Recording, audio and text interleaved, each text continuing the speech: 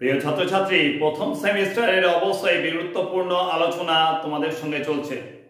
সেই প্রথম সেমিস্টারের গুরুত্বপূর্ণ আলোচনার সঙ্গে সঙ্গে আজ আমি তোমাদের সামনে নিয়ে উপস্থিত হয়েছি গ্র্যাজুয়েশনের দ্বিতীয় সেমিস্টারের একটা গুরুত্বপূর্ণ সাজেশন নিয়ে।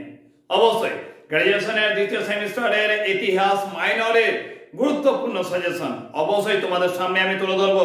তোমাদের ভারতের ইতিহাস থেকে যে গুরুত্বপূর্ণ কয়েকটা প্রশ্ন রয়েছে, যে প্রশ্নগুলোকে অবশ্যই দ্বিতীয় সেমিস্টার এক্সামের জন্য প্রস্তুত করতে হবে, সেই প্রশ্নগুলোর মধ্যে অবশ্যই মোস্ট ইম্পর্টেন্ট প্রশ্নগুলোকে আমি অ্যাজ এ ইউনিট অনুযায়ী সাজিয়েছি। 5টা ইউনিটে বিভাগ করেছি তোমাদের সম্পূর্ণ সাজেশনটাকে। এই সাজেশনটাকে অবশ্যই এখন থেকে ভালো করে প্রস্তুত রাখো তোমাদের সেকেন্ড সেমিস্টার এক্সামের জন্য। তো মোস্ট ইম্পর্টেন্ট যে প্রশ্নগুলো দিচ্ছি ভালো করে অবশ্যই খাতায় লিখবে। তার প্রথম প্রশ্ন অবশ্যই তোমরা করে রাখবে, গুপ্ত সাম্রাজ্যের পতনের কারণগুলি আলোচনা করো। করবে 2 নম্বর প্রশ্ন, শাসক হিসেবে হর্ষবর্ধন বা শশাঙ্কের কৃতিত্ব আলোচনা করো। 3 নম্বর প্রশ্ন অবশ্যই করবে মাৎস্য ন্যায় সম্পর্কে সংক্ষিপ্ত টিকা লেখো। তারপর 4 নম্বর করবে হিউয়েন সাংয়ের বিবরণ থেকে কি কি ইতিহাস জানা যায়। এই যে প্রশ্নগুলো দিচ্ছি অবশ্যই বলবো এই প্রশ্নগুলো তোমাদের জন্য যেমন গুরুত্বপূর্ণ তেমনই অবশ্যই পারলে তোমার বন্ধু বান্ধবদের বেশি বেশি শেয়ার করবে, যাতে এই গুরুত্বপূর্ণ প্রশ্নগুলো তারাও পেতে পারে। তো চলো দেখে নাও 2 নম্বর ইউনিট থেকে প্রথম প্রশ্ন করবে অবশ্যই কৈবর্ত বিদ্রোহের প্রকৃতি ও স্বরূপ বিশ্লেষণ করো। 2 নম্বর করবে পাল যুগের সামাজিক অবস্থা ও সাহিত্য চর্চা সম্পর্কে যা জানা লেখো।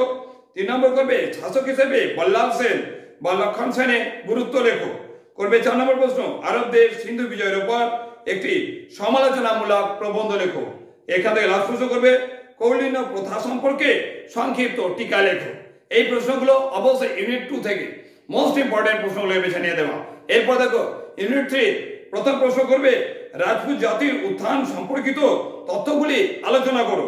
2 নম্বর প্রশ্ন করবে পৃথ্বীরাজ চৌহানের কৃতিত্ব আলোচনা করো। করবে 3 নম্বর প্রশ্ন চন্দেলা রাজপুত রাজ বিদ্যাধরের কৃতিত্ব আলোচনা করো। এই প্রশ্নগুলো অবশ্যই তোমাদের ইউনিট 3 থেকে মোস্ট ইম্পর্টেন্ট প্রশ্ন।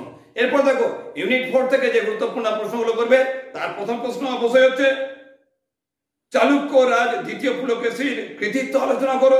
করবে চালুক্য আমলে প্রশাসনিক ব্যবস্থার পরিচয় দাও। 3 নম্বর পল্লব শিল্পের উপর একটি সংক্ষিপ্ত নিবন্ধ লেখো। করবে তারপরে প্রশ্ন চোলদের সামুদ্রিক কার্যকলাপ সংক্ষেপে আলোচনা করো। করবে 5 নম্বর প্রশ্ন প্রাচীন ভারতের চোল যুগের স্থাপত্য ভাস্কর্য ও চিত্রকলা বৈশিষ্ট্যগুলি লেখো। এখানে একটা কথা বলবো, এই চোলদের ভাস্কর্য আর স্থাপত্য ভাস্কর্য আর চিত্রকলা যেখানে বলা হচ্ছে এটা আলাদা ভাবে এই সম্পর্কে টিকাও কিন্তু তোমাদের লিখতে দিতে পারে। তারপরে প্রশ্ন করবে চোল শাসন ব্যবস্থার প্রধান বৈশিষ্ট্যগুলি লেখো।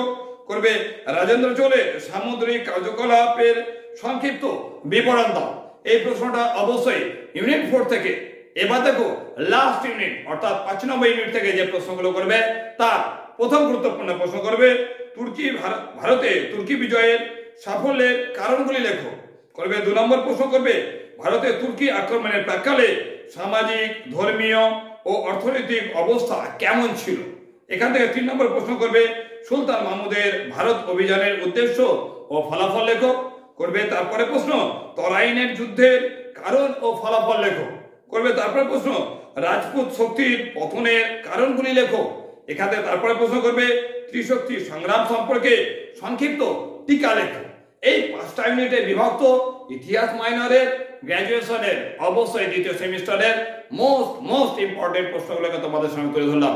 যাদের অবশ্যই প্রথম সেমিস্টার এক্সাম হয়ে গেছে তারা দ্বিতীয় সেমিস্টার এক্সামের জন্য এগুলোকে প্রস্তুত করো।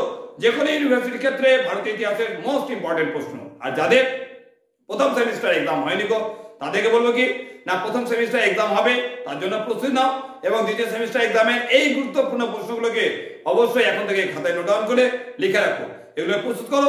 আর নেক্সট গুরুত্বপূর্ণ সাবজেক্টের অবশ্যই সাজেশন পাওয়ার জন্য চ্যানেলটাকে সাবস্ক্রাইব করে সঙ্গে থাকো। নেক্সট কোনো গুরুত্বপূর্ণ সাজেশনে আবার তোমাদের সঙ্গে দেখা হচ্ছে। এখনকার জন্য টাটা।